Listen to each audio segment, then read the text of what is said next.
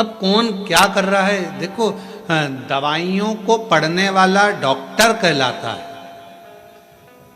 और तन्हाइयों को पढ़ने वाला देव अधिदेव महादेव कहलाता है। जो दवाइयां पढ़ ले वो डॉक्टर है, दवाई पढ़ लेगा डॉक्टर, दवाइयां अपने हिसाब से दे देगा डॉक्टर, पर तुम्हारी भीतर की जो तन्हाई है, तुम्हारे भीतर का जो दर्द है, तुम्हारे भीतर की जो तकलीफें हैं, दुख है, कष्ट है, किससे कहो।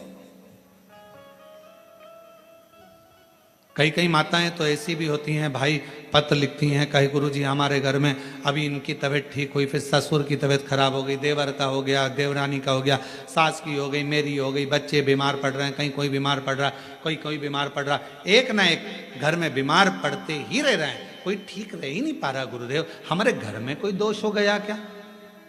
या हमारे पूजन के कक्ष में कोई तकलीफ हो गई, या हमारे घर में पितृदोष हो गया, वास्तु दोष हो गया, काल सर्प दोष हो गया, एक बीमार पड़ता एक ठीक होता, फिर बीमार पड़ता फिर ठीक होता, फिर बीमार पड़ता फिर ठीक होता। शिव महापुराण की कथा कर रही है,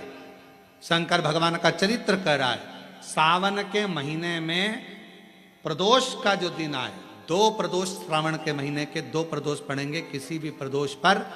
एक पीपल के पत्ते पर कनेर का पुष्प अपने घर के अंदर रख लीजिए प्रदोष के एक दिन पहले, और प्रदोष वाले दिन उसको बहते हुए पानी में डाल दीजिए। जिंदगी में जो तुम्हारे यहाँ तकलीफ चल रही है, एक उठ रहा है, एक बैठ रहा है, एक बीमार पड़ रहा है, एक ठीक हो रहा है, फिर बीमार पड़ रहा है, फिर ठीक हो रहा है, ये ठीक हुआ, फिर इसको हो गया, फिर इसको कुछ हो गया, फिर किसी को कुछ हो गया, अर्थात